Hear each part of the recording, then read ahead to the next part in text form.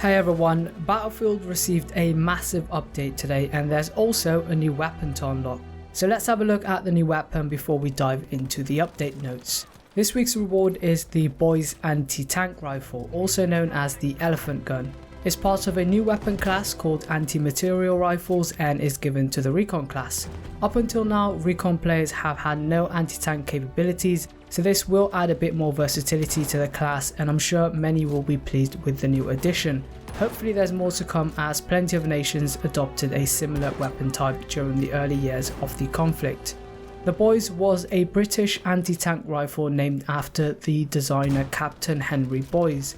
The 55 caliber rifle was mainly used against lightly armoured German tanks and combat vehicles. Britain also supplied the rifle to Finland and served during the Winter War. However, over time tanks became too heavily armoured to be threatened by the anti-tank rifle, so it was eventually replaced by the PS around 1943. This week's assignment tree is mostly centred around FIRESTORM as they've added 3 new locations which I will cover later in the video. The lower path can be entirely done in multiplayer and is by far the quickest way of unlocking the new reward. That's the path I took, and the best tip is to use an AA gun attached to a vehicle to gain 1000 points for towable vehicles. Or you can use the Pack 40 and the 6-pounder, but do keep in mind that buildable ones are excluded and don't count towards the assignment. There's also a new playlist called Tank Battles that you can find in the server browser. The maps are vehicle focused and is the best place for completing all of your assignments. Once you get past the first one, it's all straightforward and before you know it, you'll have the new weapon unlocked. The anti-tank rifle has a 5-round magazine and only fires 22 rounds per minute. The small 5-round magazine can't be upgraded, but the rate of fire can be through the specialization tree. It's only a 4 round per minute boost, but when you've got the lowest firing weapon in the entire game, anything helps really. The specializations are bugged at the moment and it keeps resetting to 0, but if I had to choose, I'll go for slings and swivels because you'll be relying on your sidearm a lot as you won't be able to ADS without bipoding. Flash hider to make it a bit harder for players to spot me when I'm prone and exposed, quick cycling of the bolt for a slightly faster TCK, and armor piercing rounds to make it a bit more effective against heavy armored vehicles. Without this upgrade, you're pretty much useless against tanks and deal about 10 or less damage, so I highly recommend it unless you're focusing strictly on infantry. Out of the 3 sights available, I prefer the 3x scope over the 6x scope as it allows me to keep a safe distance from a tank without having a huge disadvantage in close quarters against infantry.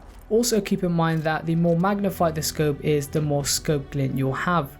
Moving on to the stats, the AT rifle has a massive initial vertical recoil of 20 and no horizontal recoil.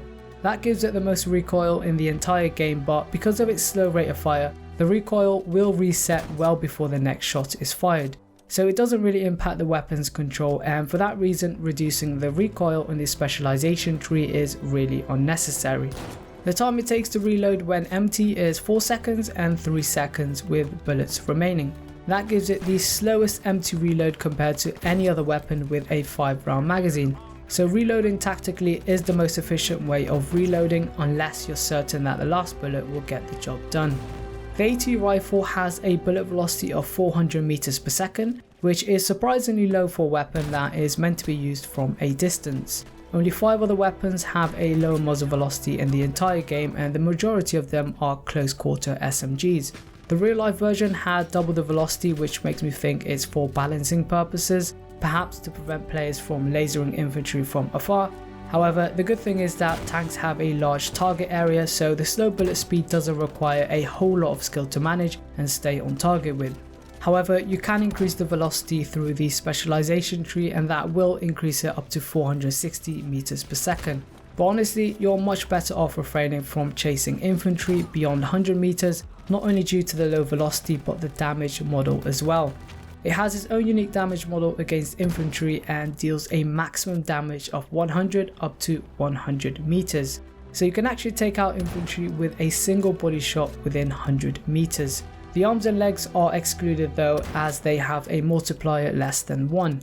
Anything past 100 requires 2 body shots or 1 headshot, which is the maximum amount of bullets you'll ever need to land to get the job done. That's almost on par with the Tank Hunter from Battlefield 1, and with attrition in mind, you'll still be likely to one-hit KO someone regardless of distance, as the average health per player is a lot lower, especially on a map like FIRESTORM where resupply stations and teammates are miles apart. And even with the most recent changes, that's not going to drastically change overnight. Overall, the Boys anti-tank rifle is a great addition to Battlefield 5 and is really satisfying to use once you get a streak going.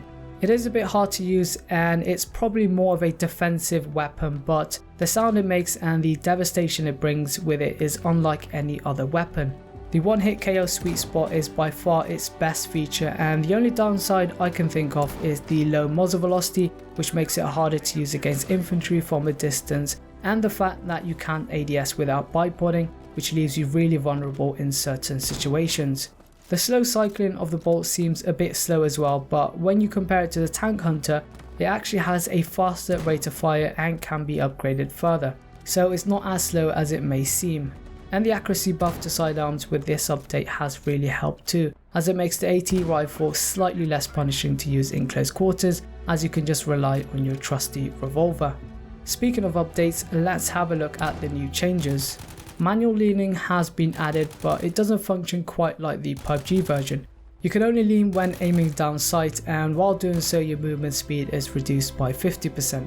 From my experience so far with it, manual leaning seems to be ideal for those small tactical game modes like Squad Conquest or when you're defending, but not so much in larger game modes where players are almost everywhere and anywhere.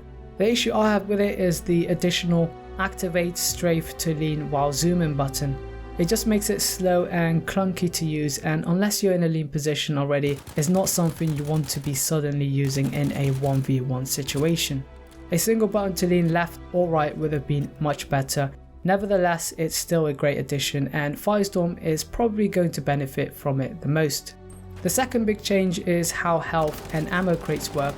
Health crates will now heal nearby friendlies in a 2 meter radius, similar to Battlefield 1, and you can now grab health pouches off players if they have the crate equipped. Unfortunately, the ammo crate doesn't get the aura ability, but interacting with a support player will give you ammo, and again that's only if the player is carrying a crate as a gadget. Moving on to the weapon changes, some of the most recent added guns got a buff. The P08 carbine had its recoil reduced but can no longer be used while swimming. The Commando carbine got its 2-hit KO range increased by a further 20 meters, the base muzzle velocity got increased by 50, and the faster bullet perk by 100. It's a lot easier to use, and now it rivals the Tromponcino, who had its grenade launcher fixed. The LS26 got its recoil pattern tweaked to make it easier to use, but at the cost of horizontal recoil if you normally use ported barrel. So those are the most notable weapon changes, and I'm pretty happy with those. Now, two of the least powerful weapons in the game are a lot more viable to use on both platforms. And as you can tell from the background footage, 3 new locations have been added to FIRESTORM. The Watchtowers, an excavation site, and the Blue Forest. I haven't played FIRESTORM for a while before this update, so it's good to see new content coming to FIRESTORM, and hopefully more of these changes will come over time to keep us engaged. So let me know what you think of the latest patch and the new weapon. Leave a rating and I'll see you later. Take care.